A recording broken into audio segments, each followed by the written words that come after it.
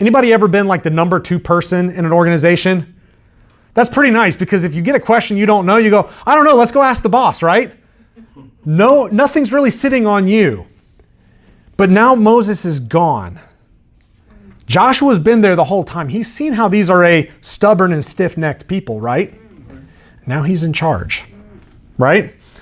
And so Joshua, the book, is thought to be written by Joshua. And Joshua's going to be in charge through most all of it. He dies at the end. We get that recorded in there. And so there may be a couple others that helped kind of conclude the book and add those final notes. There's 2 proposed purposes for Joshua. One is to show God's might and faithfulness to promises, right? Because he's going to be faithful to Israel. He's going to go before them. He's going to fight their battles to help them clear out the land. He's faithful to every bit of the promises that he says. That's a point that's made. Somebody grab real quick Joshua 21, 43 through 45.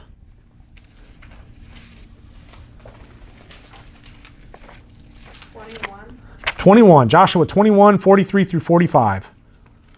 I know we're jumping to the end, but it kind of summarizes the overall point of the book that the author's making here.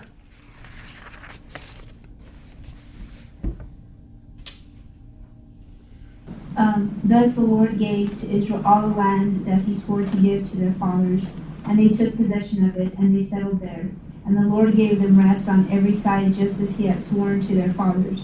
Not one of all of their enemies had withstood them, for the Lord had given their enemies into their hands. Not one word of all the good promises that the Lord had made to the house of Israel had failed. All came to pass. Thank you. So if they're writing this and they're wanting their reader to appreciate something, that's kind of summing up what the readers just read, right?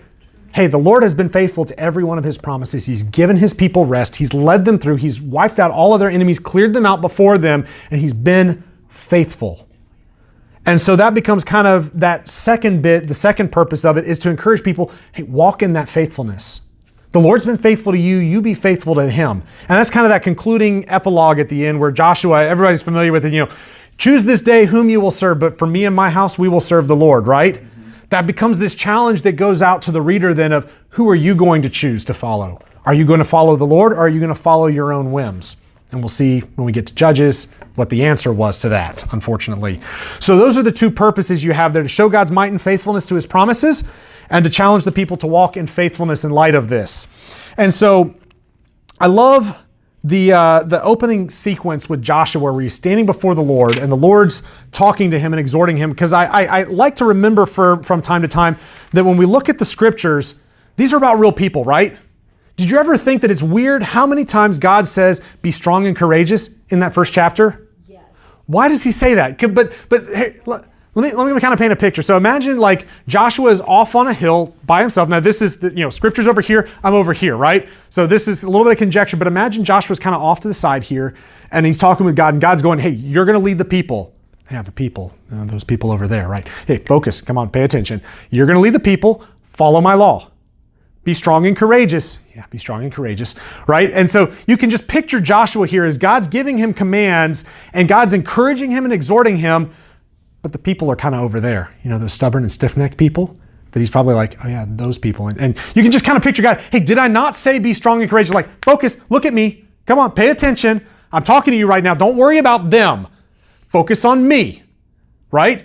And I kind of picture that, and I don't know if that's exactly how that happened, but I can picture that sort of thing of why God's saying, multiple times, be strong and courageous, because Joshua's not feeling strong and courageous at that point, maybe, right? One time he said be very strong. Did you see that one?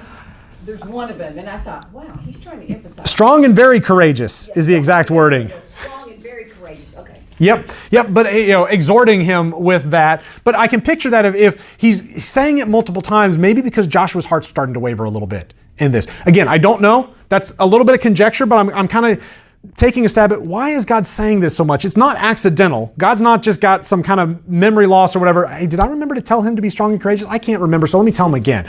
That's not happening. He's doubting himself and He might be. And it encourages me because, again, like we can be in that same spot, like where we really need to be told the same thing again and again for it to really sink in and settle the same way Joshua's maybe thinking, man, I got this stubborn and stiff-necked people. And I'm supposed to lead them. And God's going, be strong and courageous. Follow my law. Keep it before you the way my servant Moses did. I will be with you. I will walk with you. It will go well with you. It'll be fine. Trust me on this one.